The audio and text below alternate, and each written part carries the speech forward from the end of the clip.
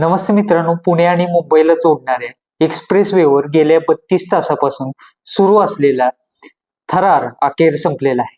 आडोशी बोगद्याजवळ प्रोपोलिन गॅसचा टँकर पलटी झाल्याने मोठा अनर्थ ओढवण्याची शक्यता होती. मात्र तज्ज्ञांच्या शर्थीच्या प्रयत्नाने ही दुर्घटना टळली आहे.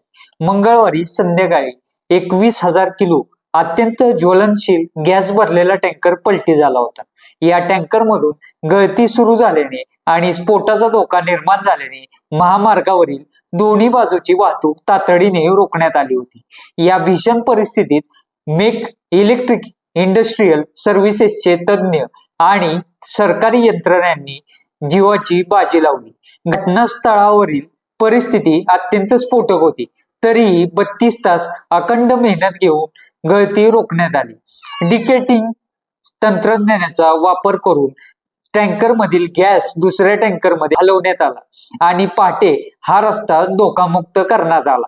मात्र या अपघाताचा मोठा फटका वाहतूक व्यवस्थेला बसला असून राज्यमार्ग परिवहन महामंडळाने खबरदारीचा उपाय म्हणून पुण्यावरून मुंबईकडे जाणारे सर्व एसटी बसेस रद्द करण्याचा मोठा निर्णय केला आहे. अनर्थ जरी टळला असला तरी एक्सप्रेसवेवर अडकलेल्या प्रवाशांचे हाल मात्र संपलेले नाहीत. कोल्हापूरहून मुंबईच्या दिशेने निघालेल्या बसेसमधील प्रवासी तब्बल 17 तासाहून अधिक काळ एकाच जागी अडकून पडले आहेत. अन्न आणि पाण्या वाचून लहान मुले आणि वयोवृद्ध नागरिक व्याकुळ झालेले आहेत. प्रशासनाकडून वेळेवर मदत न पोहोचल्याने प्रवाशांवर एकमेकाकडील वडापाव वाटून खाण्याची वेळ आली. या सर्व बोंगळ कारभारावर मनसे अध्यक्ष राज ठाकरे यांनी सरकारवर सडकून टीका केलेली आहे.